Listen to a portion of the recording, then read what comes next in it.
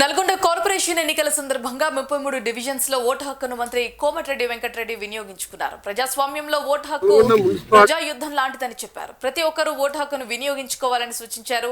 రాష్ట్రంలో corporation, municipality ఎన్నికల్లో అత్యధిక స్థానాలు గెలుపొందామని ఆశాభావం వ్యక్తం చేశారు. నల్గొండ మున్సిపల్ కార్పొరేషన్ లో అన్ని డివిజన్స్ లో విజయం సాధిస్తామని చెప్పారు.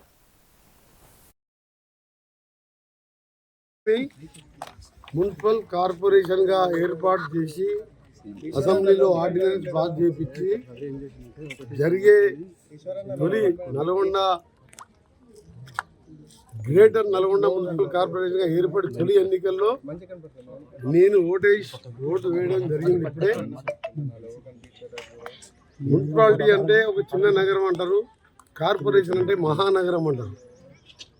సో నా ఐడియాలంతా కూడా 5 పర్యాయాలు నన్ను గెలిపించి నన్ను నల్గొండ కాన్స్టిట్యున్సీ ప్రజల, పట్టణ ప్రజలు కానీ, కాన్స్టిట్యున్సీ ప్రజల, జిల్లా ప్రజల రుణం తీసుకోవడానికి, ముఖ్యంగా పట్టణాన్ని ఒక న్యూ స్మార్ట్ సిటీగా నా ఆలోచనలు చాలా వేరే విధంగా ఉన్నాయి.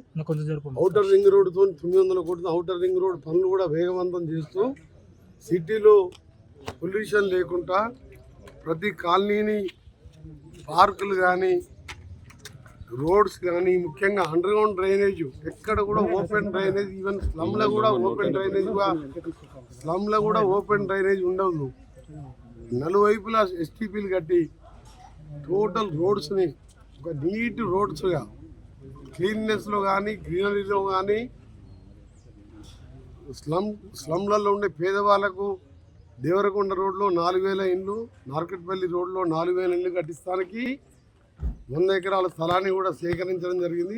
నల్గొండ మున్సిపాలిటీని మున్సిపల్ కార్పొరేషన్గా ఏర్పాటు చేసి